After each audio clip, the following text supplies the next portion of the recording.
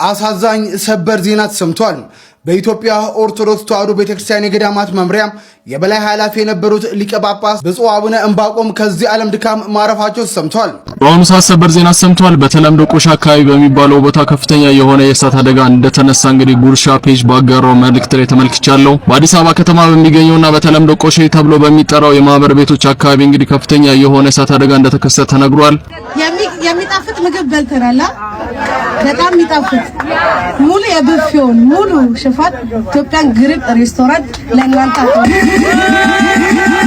አዶናይና ጃኒ በግድ ነው ያጣበስናቸው። ልጆቹ የመጠናናት የመሞካከሪያ የመተሳሰቢያ ጊዜ እንኳን አልሰጠናቸው። በግድ እጅ ለእጅ ተያይዛችሁ እንዳትላቀቁ ብለን እኛን ብለን አውርተን አጣበቅናቸው። እንደዚህ አሁን ደግሞ ተለያዩ ብለን ደግሞ ራሳችንን ለዚህ ነው አዶናይና ጃኒ ፍቅራችሁን ሚዲያ ላይ አጣምጡ ያልነው ለዚህ ነው። የዛኔ በዚህ ሰዓት እጅግ አስደንጋጭና አሳሳቢ የተባለ መረጃ እየሰማን እንገኛለን። አዲስ ገዳይ ቫይረስ መከሰቱ ተሰምቷል። በዓለም ላይ በገዳይነቱ አደገኛና ምንም አይነት መድኃኒት የሌለው የኒፓህ ቫይረስ መከሰቱ ተገልጿል። ከህንድ ኮልካታ ግዛት የመጣች ወጣት ሴት ኮማ ውስጥ ወድቃ ወዲያውኑ ህይወቷ አልፏል። ይህን ተከትሎ በመቶዎች የሚቆጠሩ ሰዎች በለይቶ ማቆያ ውስጥ ገብተዋል። ታይላንድ ጨምሮ አንዳንድ አገራቶች የአየር ማረፊያ ቁጥጥርን ማጠናከር ጀምረዋል። ሰላም የተከበራችሁና የተወደዳችሁ የዚህ ቻናል ቤተሰቦች እንደምን አላችሁ? ዛሬም እናንተን በሚመጥኑ በተመረጡ ቪዲዮዎች ለእናንተ መጥቼላችኋለሁ። ከእናንተ የሚጠበቀው ቪዲዮን ላይክ አድርጋችሁ መጀመር ነው። 60 ሰብስክራይብ ልንገባ ውስን ሰብስክራይበር ነው የሚጎልን። ሰብስክራይብ ያላደረጋችሁ ሰብስክራይብ ያደረጋችሁ መቀላቀላችሁን እንዳትረሱ። ሐሳብ አስተያየታችሁን ወንድማይ ምክራችሁን ደግሞ ኮሜንት ላይ በነጻነት ጻፍ እንድታደርጉልኝ እፈልጋለሁ። ወደ ቪዲዮዎች ሜሪትስ ፕሮፐርቲ እንኳን አደረሳችሁ እያለ ቤተ መንግስት ፊት ለፊት ፍሬንድሺፕ ፓርክ፣ አራዳ ፓርክና ዩኒቲ ፓርክ መሃል እያስገነባ ነው ባለው ውብና ዘመናዊ የመኖሪያ አፓርትመንት በዓሉን ምክንያት በማድረግ የ30% የዋጋ ቅናሽ የተደረገባቸውን የመኖሪያ ቤቶች እንሆ ይሎታል። በጥሬ ገንዘብ 70% ለሚከፍሉ ደንበኞች ባለ 1 መኝታ 3 ሚሊዮን ብር፣ ባለ 2 መኝታ 6 ሚሊዮን ብር እንዲሁም ባለ 3 መኝታ በ9 ሚሊዮን ብር ማግኘት ይችላሉ። በዚህ ውብ መንደር ውስጥ መዋኛ ገንዳ፣ ጂምናዚየም፣ ደረጃውን የጠበቁ ሰፋፊ ሊፍቶች፣ ምቹና በቂ መኪና ማቆሚያ ቦታዎች፣ ዘመናዊ የደረቅ ቆሻሻ ማስወገጃ፣ አውቶማቲክ ጄኔሬተር የተገጠመለት የከርሰ ምድር ውሃና ለተለያዩ አገልግሎት የሚውል ሰገነትን በአንድ አካቷል። እንዲሁም በ10% ቅድመ ክፍያ ቀሪውን በ3 ዓመት እየከፈሉ የቤት ባለቤት ይሁኑ። ለበለጠ መረጃ ከታች ባለው ስልክ ይደውሉ። መጀመሪያው እንግዲህ አዶናይና ጆን ዳንኤል በደቡብ ክልል ሁለቱም የየራሳቸውን ተጽዕኖ እየፈጠሩ ይገኛሉ። ስሙም ተቀይሮ እንግዲህ ማዶ ብሏል። የተለያዩ ሶሻል ሚዲያዎች ላይ ያሉትን አካውንቶቹን በሙሉ አዶናይ የሚለውን ስሙን ቀይሮ ማዶ ብሎታል። ይመስላል የሚለውን እስኪ አይተነው እንመለስ። ሰላም አዶናይ ነኝ፣ እንደምን አላችሁ? እንግዲህ እንደምትመለከቱት ስሜ ወደ አዶናይ ማዳ ተቀይሯል። ቢካዝ ወላይታ ሀገሬ ያወጡልኝ ስም ስለሆነ ማዳ አከብረዋለሁ። ስሜም ነው አዶናይ ማዳ። ጋይስ እንደምን አላችሁ? ዛሬ እንግዲህ ማለት ነው በወላይታ ተገኝቼ ባለፈው ማክሰኞ የተመረቀው ትልቁ ሐውልት ማለት ነው ላሳያችሁ ፈልጋለሁ። ትልቅ ታሪክ ተሸክሞ ይገኛልና ወንድማችንም ትንሽ ያስረዳናል። እስኪ ወንድም ያስረዳን። ይሄ ሐውልት እንግዲህ የወላይታ ንጉስ ታላቁ 54ኛው የወላይታ ንጉስ ተብሎ የሚጠራ የንጉስ ጦና ጋጋ ሐውልት ነው። የንጉስ ጦና ጋጋ ማለት ከ1858 እስከ 1887 በወላይታ ላይ የነገሰ አጼ ምኒልክ ኢትዮጵያን አንድ ለማድረግ ባደረጉት ዘመቻ ለ7 ዓመታት ተከታታይ የተዋጋ ለ6 ዓመት የአጼ ምኒልክን ሰራዊት ያሸነፈ በ7ኛው ዓመት ተሸንፎ ከኢትዮጵያ ጋር ወላይታ እንድትቀላቀል ያደረገ የመጨረሻው ከዛም በኋላ ደግሞ በአድዋ ድል ጊዜ የምኒልክን ቤተ መንግስት በኃላፊነት ሲመራ የነበረ ከዛም ወደ ወላይታ ደግሞ በምኒልክ ተሹሞ እንደገና አስተዳዳሪ ሆኖ የመጣ ታላቁ የወላይታ ንጉስ የንጉስ ጦና ሐውልት ነው። የተመረቀውም ባለፈው ሳምንት ሚካኤል ዕለት ጥር 12 ላይ ነው የተመረቀው። እጅግ በጣም ትልቅ ግዙፍ ታሪክ ያለው ንጉስ ጦና እንግዲህ ንጉሳችን ነው። ንጉስ ጦና ሲጨብጨባውላችሁ በተመለከታችሁት መልኩ ልዩ አቀባበል ተደርጎለት ጊዜን እያሳለፈ ይገኛል። ሌላው ደግሞ ዳንኤል በገባው መሰረት ውሃ በሌለባቸው አካባቢዎች በሙሉ በሁሉም ክልሎች ይሄድኩኝ ውሃ ማውጣቴን እቀጥላለሁ ባለው መሰረት አሁንም ደቡብ ክልል ላይ ተገኝቶ ውሃ ለማውጣት ያደረገ ያለው ዝግጅት ብዙዎችን አስደስቷል። አይተነው እንመለስ። እንግዲህ ቤተሰቦች ይሄ ለሁለተኛ ጊዜ የተደረገ የውሃ ምርመራ ነው። እዚህ ላይ ውሃው ለመጠጥ አይሆንም ነው የሚለው። በቃ ፍሎራይድ መጠኑ ከፍ ያለ ነው፣ አርሰኒክ አለው እና ለመጠጥ አይሆንም የሚል ዳታ ነው ለሁለተኛ ጊዜ የተደረገው ምርመራ ላይ የተሰጣችሁ አይደለ? የመጀመሪያው ላይ ደግሞ ለመጠጥ ይሆናል ተብሎ ነው ውሃው የተቆፈረው። ይሄኛው መብራት ይሰራልን ብላችሁ ብር ካሰባሰባችሁ በኋላ ነው ለመጠጥ አይሆንም ብለው እንደዚህ የተሰጣችሁ። ስለዚህ አሁን የምትፈልጉት ውሃውን እንድናስመረምርላችሁ ነው አይደለ? ለመጠጥ ይሆናል ውሃው ወይስ አይሆንም ሚለው እንዲመረመር ነው። ስልክ ደውዬ ነበር። አሁን ለማሳከምም አይሆንም፣ እዚህ ጋር ያለው ዳታ አይሆንም፣ ለመጠጥ አይሆንም ውሃው። እዚህ አካባቢ ያለው ውሃ እንደዛ ከሆነ እዚህ አካባቢ ለማስቆፈር ይከብዳል። ግን ይሄ ዳታ ትክክል ነው ወይ ሚለውን ቢኮዝ እናንተ ትክክል አይደለም ብላችሁ ታስባላችሁ ይሄን ዳታ አይደለ? ስለዚህ ይሄ ዳታ ትክክል ነው ወይ ሚለውን ውሃውን እናስመረምረዋለን። ጤነኛ ነው ውሃው አይደለም የሚለው አሁን ውሃውን ማስመርመሩን ቃል ገባላችኋለሁ። ውሃውን አስመረምረዋለሁ፣ ወጪውን ራሴ እሸፍናለሁ። ማስመርመሪያውን አስመርምሬ ውሃው ላይ የፍሎራይድ መጠኑ እዚህ ጋር እንደተጠቀሰው ካልሆነ ትክክል ከሆነ ከላይ ያለውን ማስተካከል አይከብድም፣ ማስተካከል ይቻላል። ፍሎራይዱ ግን እንደዛ ከሆነ ለመጠጥ አይሆንም፣ ለበሽታ ስለሚያጋልጥ ማለት ነው። ስለዚህ ይመርመርና ፍሎራይዱ እንደዛ እዚህ ሁለተኛው ላይ እንደተጠቀሰው ካልሆነ መጀመሪያ ይሆናል እንደተባለው ለመጠጥ የሚሆን ከሆነ ሁለተኛው ማስተካከል አይከብድም። ስለዚህ ማስመርመሩን ቃል ገባላችኋለሁ። እኔ አስመረምራለሁ ወጪውን ከበር አድርጌ። ሽማግሌዎች ይማርቅ አይደለ? ሌላ ደግሞ ከረጅም ጊዜ በኋላ በማራኪ ወግ በኢንተርቪው ላይ የተገኘችው ካሚላት ስላችሁም ታቋታላችሁ ያስባለው አሲር ተደፍቶባት የነበረውን ፕሮሰስ ከዛሬ ረጅም ዓመታት በፊት የነበረውን ታሪክ ሁላችሁም ታቋታላችሁ ያስባለው ኢንተርቪው ላይ ቀርባ ስላለው ነገር ትንሽ ነገር አሁን ስላለችበት እየተናገረች ነበር። አጭር ቪዲዮ አለ፣ እሱም ቪዲዮ አይተነው እንመለስ። ከ19 ዓመት በፊት መላው ኢትዮጵያን ያስደነገጠ ያሳዘነ ክስተት ተፈጠረ። የኔ ካሎሽ የማንም አትሆኝም። አንዲት የኮሌጅ ተማሪ አፍቃሪዋ ነኝ በሚል ወጣት አሲር ተደፋባት። ፍቅር የሚባለው ቃል የምትወደው ሰው እንዲኖር መተው ነው። ያቺ በብዙዎቻችን አእምሮ ውስጥ ታትማ የቀረችው ሴት ካሚላት ትባላለች። ያልተነገረ ነገር ልንገር፣ እንደው የትኛልተው ታገባለች አይደለ? ወንድ አጠገቧ ይደርሳል ብላ ያሰበ ሰው አልነበረም። ካሚላት አሁን አግብታ ወልዳ ኑሯን በፈረንሳይ ፓሪስ አድርጋለች። በጣም ነው ማከብራት። በጣም ለምን የተከበረች ስለሆነች፣ በጣም ነው ማፈቅራት። ፍቅር ስለሆነች ደግ ነች። እኔም የመሳሰሉ ልጆችን ሰጣኛለች። ብዙ ደስ የሚል ፍቅር ነው ያለኝ። ብቻ ደስ የሚል ማያረጅ ማያልቅና ደግሞ ድሮም ለኝኛዋለሁ።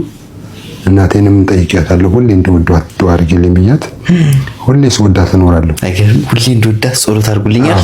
አዎ አሜዚንግ እንትን ነው ካሚላት። የሚገለጽ አይደለም፣ ይኖር ነው። በቃ ምትኖረው ነው። አንዳንዴ በቃላት ይቀራል ይባላል። የሚኖር ነው። በቃ ልጆቻችንን ማየት አይደል? ሴት ልጅ ስትወድ ልትኖርልህ ስትፈልግ ልጅ ትሰጣለች አይደል? እሱ ደግሞ እንግዲህ ልጅ እንድናገኝ መፍትሄ የሆነው እሱ ማለት። ስለዚህ ገበናዬ ነው፣ ቤቴ ነው፣ ጓደኛዬ ነው፣ ወዳጄ ነው፣ አክባሪ ነው። አላህ የሚመኘውን ነገር ሁሉ ይሙላል። በቃ ረጅም እድሜ። ደስ ይላል። ሌላው ደግሞ አሁንም መነጋገሪያነቱ የቀጠለው ነፃነት ወርቅነህ ህልፈት ህይወት ጋር ተያይዞ ብዙ አዳዲስ ነገሮች እየወጡ ይገኛሉ። ሆስፒታል ውስጥ ነው የሞተው እያሉ እንግዲህ ያኔት ሆስፒታልን እየወቀሱ የሚገኙ ሰዎች አሉ። ሌሎች ሰዎችም የተለያዩ ሀሳብ አስተያየቶችን እየሰጡ ነበረ። ከአሟሟቱ ጋር ተያይዞ ሰይፉ የሰጠውን መልስ እንመልከትና ህዝቡ ደግሞ ምን እያለ እንደሆነ ቪዲዮዎችን እያየን እንመለከታለን ማለት ነው። ሜሪትስ ፕሮፐርቲ እንኳን አደረሳችሁ እያለ ቤተ መንግስት ፊት ለፊት ፍሬንድሺፕ ፓርክ፣ አራዳ ፓርክና ዩኒቲ ፓርክ መሃል እያስገነባ ነው ባለው ውብና ዘመናዊ የመኖሪያ አፓርትመንት በዓሉን ምክንያት በማድረግ የ30% የዋጋ ቅናሽ የተደረገባቸውን የመኖሪያ ቤቶች እንሆ ይሎታል። በጥሬ ገንዘብ 70% ለሚከፍሉ ደንበኞች ባለ 1 መኝታ 3 ሚሊዮን ብር፣ ባለ 2 መኝታ 6 ሚሊዮን ብር እንዲሁም ባለ 3 መኝታ በ9 ሚሊዮን ብር ማግኘት ይችላሉ። በዚህ ውብ መንደር ውስጥ መዋኛ ገንዳ፣ ጂምናዚየም፣ ደረጃውን የጠበቁ ሰፋፊ ሊፍቶች፣ ምቹና በቂ መኪና ማቆሚያ ቦታዎች፣ ዘመናዊ የደረቅ ቆሻሻ ማስወገጃ፣ አውቶማቲክ ጄኔሬተር የተገጠመለት የከርሰ ምድር ውሃና ለተለያዩ አገልግሎት የሚውል ሰገነትን በአንድ አካቷል። እንዲሁም በ10% ቅድመ ክፍያ ቀሪውን በ3 ዓመት እየከፈሉ የቤት ባለቤት ይሁኑ። ለበለጠ መረጃ ከታች ባለው ስልክ ይደውሉ። ነፃነት ወርቅነህ በነገራችን ላይ ህይወቱ ያለፈችው ቤት ውስጥ ነው። ሐኪም ቤት ሳይደርስ ነው የሚኖረው። ከባለቤቱ እናት ጋር ነው። ባለፈ የሄድንበት ቤት ማለት ነው። አዎ። እና ጧት ላይ እንግዲህ ጁስ ከቁርስ ጋር ጁስ መጠጣት ፈልጋለሁ አለ። ጁስ ተሰጠው። ከዛ አስመለሰ። ሲያስመልስ እሳቸውም ተደናቅጠው ጓደኞቹን አስናቀ ጋር ጠሩ። አስናቀም እየመጣ ጠብታ አምቡላንስን ጠራ። ከዛ የጠብታ አምቡላንስ ሰዎች እንደዛ እንደው ያው ፈጣን ናቸው ሲባል እናውቃለን። በጣም ግን ያኔ በጣም በፍጥነት ነው የመጡት። እግዚአብሔር ይስጣቸው። እና ከዛ በመጡበት አጋጣሚ እዛው ኦክሲጅን ሊሰጡት ሞከሩ። ከዛ እንግዲህ ይዘውት ወደ ያኔት ሆስፒታል ነው መጀመሪያ ሄደው። እዛው አያት አካባቢ ያለ ሆስፒታል ነውና እዛ ኮሪደር ላይ ዶክተሩ አይታው ህይወቱ አልፏል ብላለች። ከዛ ተመለሱ ወደ ቤት ተመለሱና እንግዲህ እኔ የደረስኩት ያኔ ነው። አስናቀ ደውሎልኝ ቤት ደረስኩኝ። የአምቡላንሱን ሾፌር ጠየቁት። ከዛ የሆነውን ነገር አሁን እንዲህ ነው እንግዲህ ለበርካታ ጊዜያት ሲያሞ ስለነበረ ይህ ነገር ከዛ አንፃር የተከሰተ ይመስለኛል አለ። ስደርስ ግን ምን ነበር አልኩት። እኛም ስንደርስ ያው ቤተሰብ እንግዲህ እንዲያረጋግጥ ስለፈለግን ነው እንጂ ቦታው ላይ ስንደርስ ገና ህይወቱ አልፏል አለ። ስለዚህ በአምቡላንስ ወደ አይሲኤምሲ ሆስፒታል ነው እንዲሄድ የተደረገው።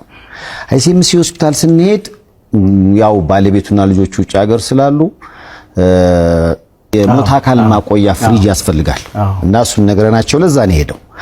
በአጋጣሚ እዛ እሱን ጉዳይ እየተጨራረሰ ያለ በጓደኞቹ ነው እንግዲህ ወሬው ሲወጣ ሰዎች ወደ አይሲኤምሲ ሆስፒታል መምጣት ጀመሩ። ነፃነት ወርቅነህ የባንክ አካውንቱም ታግዷል፣ ስሙ ምንም አይነት ገንዘብ የለም የሚል መረጃና ከማማቱ ጋር በተያያዘም እየተባሉ የሚገኙ አዳዲስ የወጡ መረጃዎች አሉ። እነሱን ደግሞ ተከታትለን እንመለስ።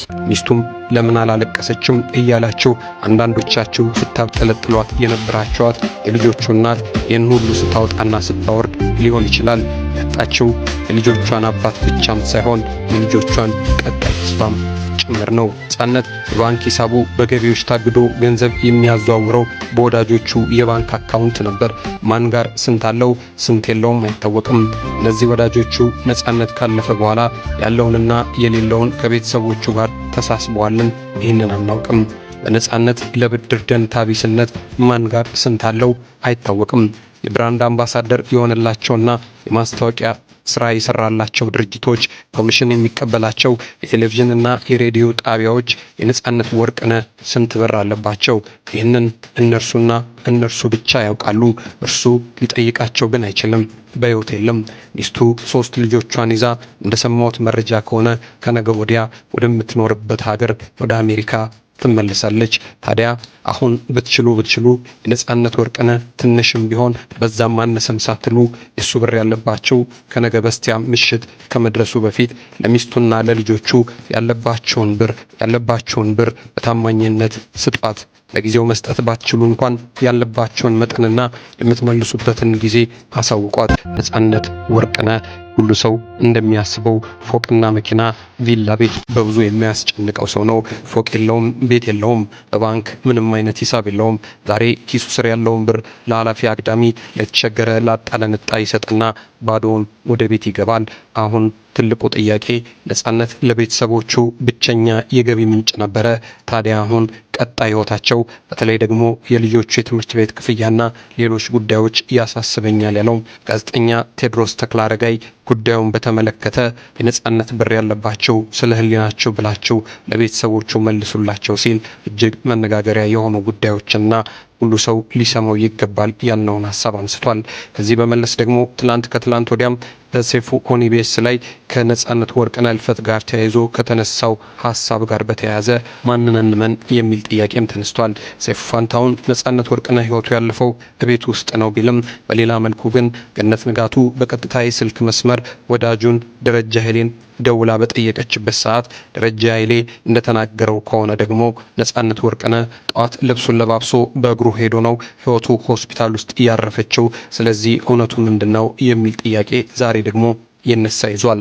አርቲስት ነጻነት ወርቅነህ ህልፈት ከተሰማ ዛሬ 12ኛ ቀኑ ነው።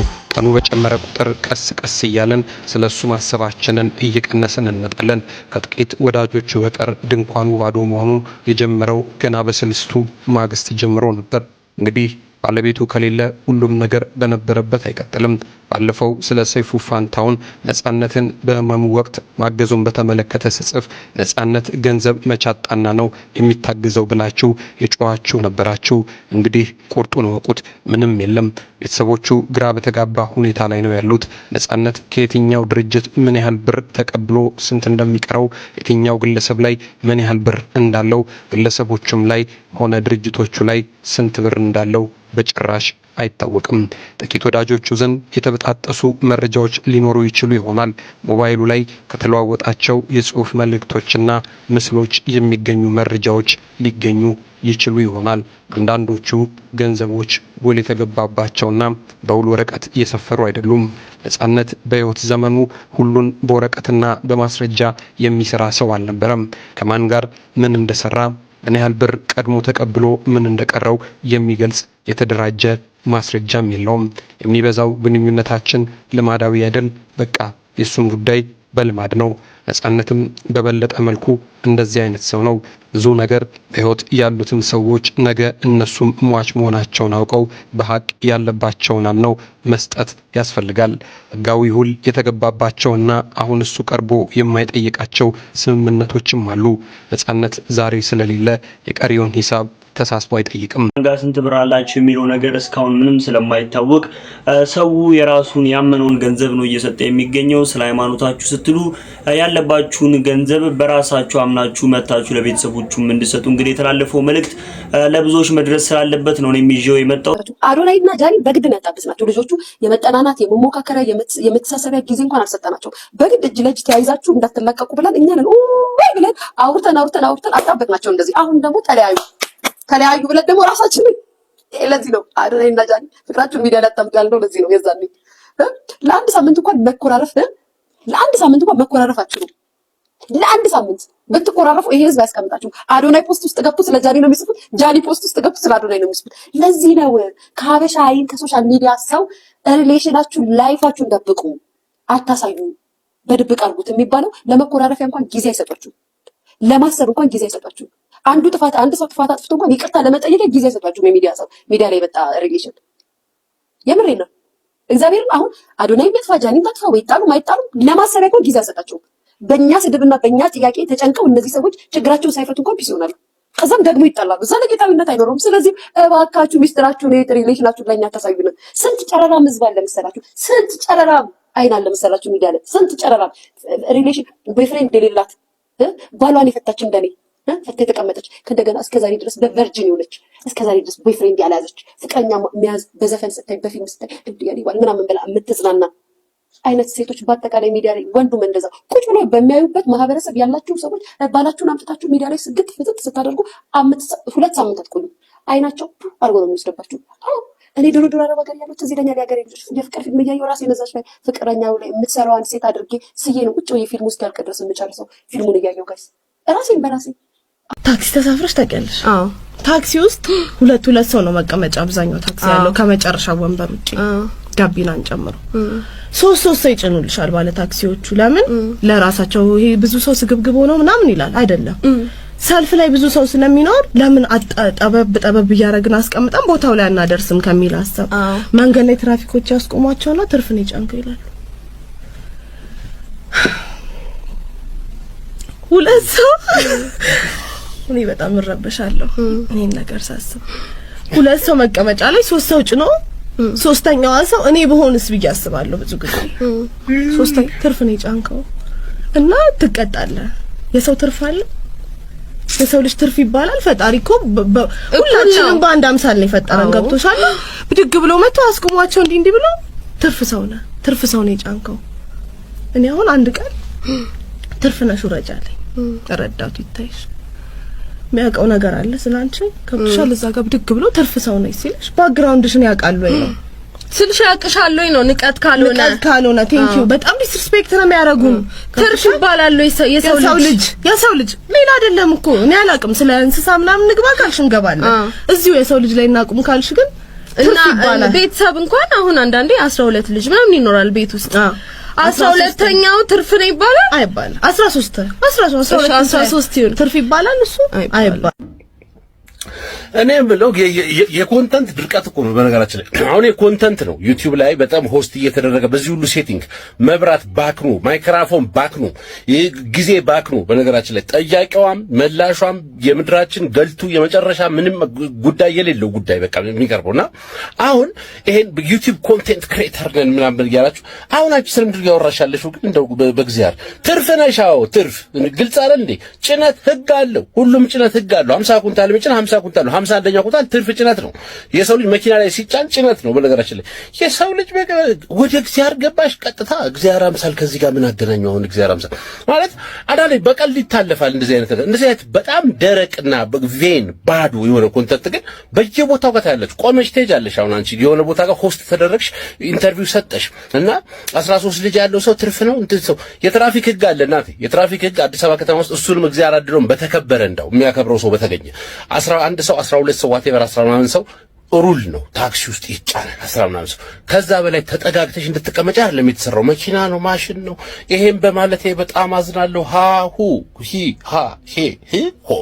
አሁን እንትን ያልሽው ነገር ሰው ትመስያለሽ። ልብስ ለብሰሽ ሳይውሽ የምታወሪው ነገር በጣም የመጨረሻ የወረደ ነገር ነው። ከዚህ ጀርባ ያለው ነገር እኮ ነው። ኃጢአት ነው ያላወራችሁ ምን ችግር አለው ብትል አሁን ይሄ ከምንም ጋር አይገናኝ እና ምንድን ነው እንደ ልባችን እንሳፈር ነው እንፈጅ ነው። በዚህ ለራሱ ማርሹ በቀኝ ሲሉት በግራም ከአዲስ አበባ ታክሲ የመካኒካልና እንትን እዚህ የአውቶሞቲቭ መማሪያ የሚመስል ማርሽ በአይነታ ያለ ላይቭ ሲገባ በቃ አልገባ አውጣው የምትለው እንዲህ አይነት መኪና ላይ ትርፍ ተጭነሽ ልፈጁን አስባችሁ ነው። ያው እናንተ ተያይዛችሁ አሁን ሃይማኖት እግዚአብሔር ይፈጠር ኢሞሽናል አድርገሻል። እኔን በምን ተጣልተሽ ነው? በዚህ አጋጣሚ ማልቀስ የምፈልጊው ነገር አለ። የኛ ጓደኛ እንደው እስቲ አንድ ወጣት ለቅሶ ፈልጉልኛል። እውነቱን እኮ ከፍቶኛል። ማለቅሰበት የሆነ ወጣት የሞት ያው ሽማግሌ ከሆነ የመንሰፍሰፍ ሌቭል ይቀንሳልና ለወጣ የተቀጨ እንደው መኪና የገጨው ፈልጉልኝ። ዮሴፍ በር ላይ ልቁሞ ያለ እኮ ሰበብ ፈልጎ በቃ ወይ ወንድሜ ልቅ መከፋት አለው ውስጡ። ኮሽታ ካለብሽ ተናገሪ፣ አትቀላምጂ። ምን ትላለች እንደው ሰዎች ለዛሬ ይላችሁ የመጣሁት የተመረጡ ቪዲዮዎች እነዚህን ይመስሉ ነበር። እንደወደዳችኋችሁ አልጠራጠርም። ቪዲዮን ላይክ ሳታደርጉ ጀምራችሁም ላይክ ማድረግ እንዳይረሳ። ሐሳብ አስተያየታችሁን ወንድማይ ምክራችሁን ኮሜንት ላይ አስቀምጡልኝ። ቀጣይ በተመረጡና አዳዲስ ቪዲዮዎች እስከምንገናኝ ድረስ ቸር ሰንብቱ። እወዳችኋለሁ።